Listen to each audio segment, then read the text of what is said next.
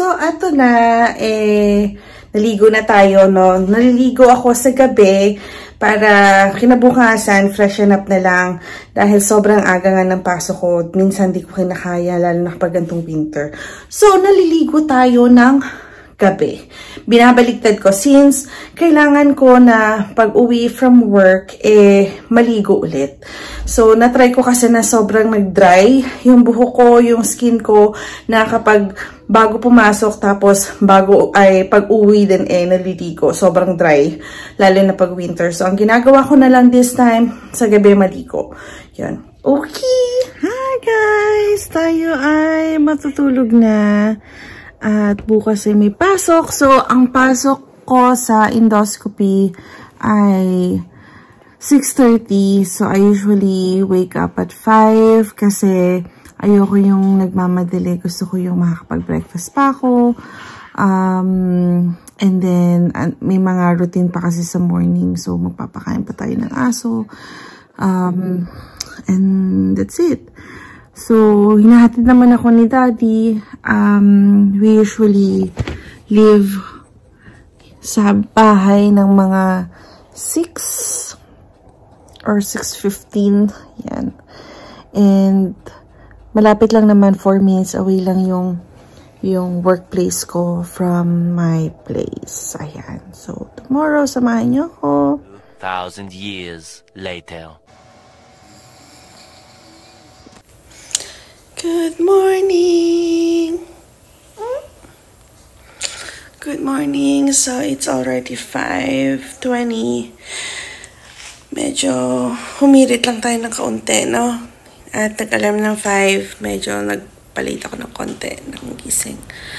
And let's go! Okay, it's 5:25 in the morning. Magpapakain muna tayo ng doggy. Hi, Jasmine! Eat ka na ng breakfast mo!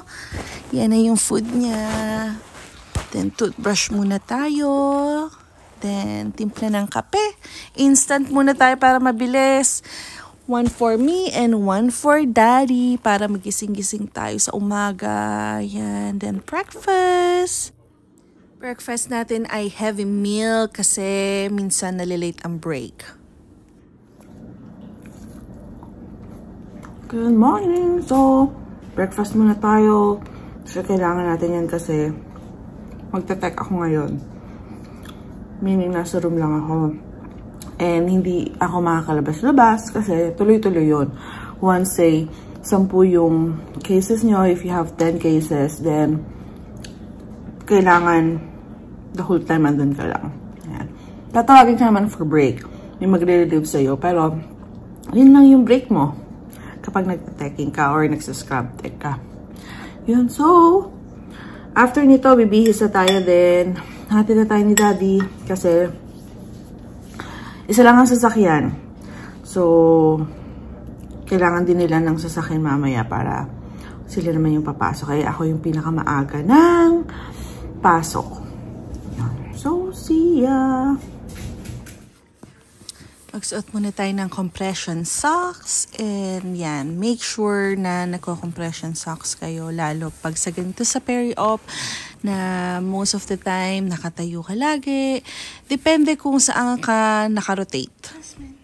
Kasi may mga, sa endoscopy, unlike sa OR, it's either scrub tech ka lang or circulating. Sa endoscopy, maraming department kayong iniikutan. Like, kung nasa pain room ka ba, pre-op or recovery. So, para lang sure sa paano. So guys, ayan, jacket na tayo at aalis na tayo. Papasok na.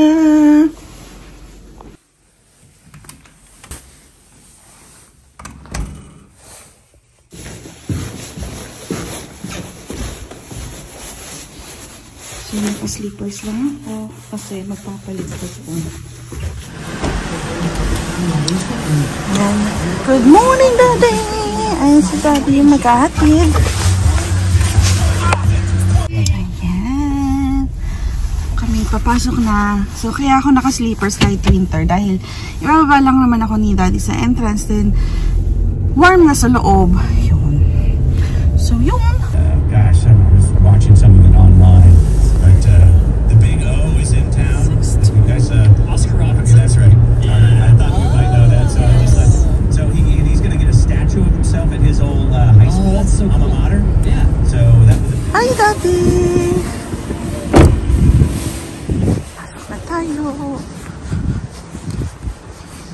Ito nga pala. Kasi sira yun eh. Time check, 6:23. So, OR, endoscopy, PACU, recovery ay iisang locker lang kami. So, nagpapalit kami ng scrubs, ng sapatos, dito. So, hospital scrubs yung gamit namin. Pero kami sa endoscopy, hindi kami sterile. We are ready to go to the unit.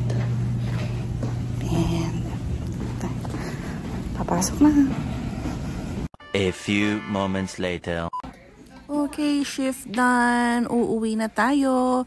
Magpapalit muna tayo ng damit at kukuha ng new scrubs here sa Pixies.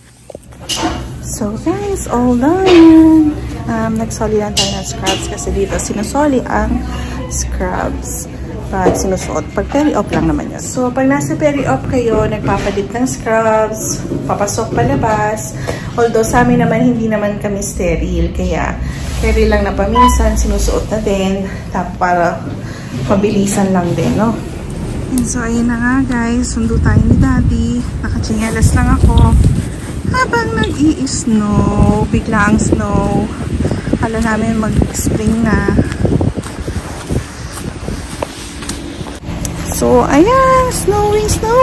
Sunundo na tayo ni Daddy.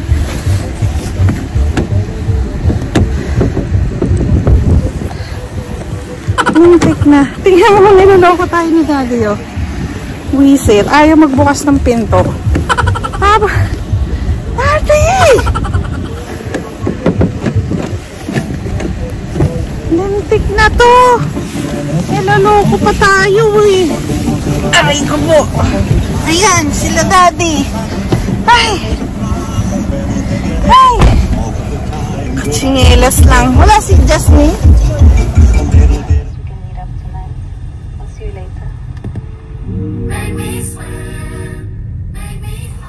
Hi guys! So, pag-uwi, ligo kagad and ganun lang, repeat steps.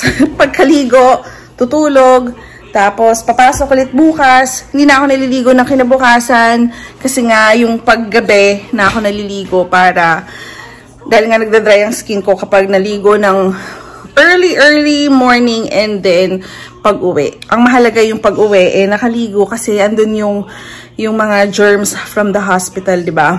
Ayun. So, ayun ang aking glimpse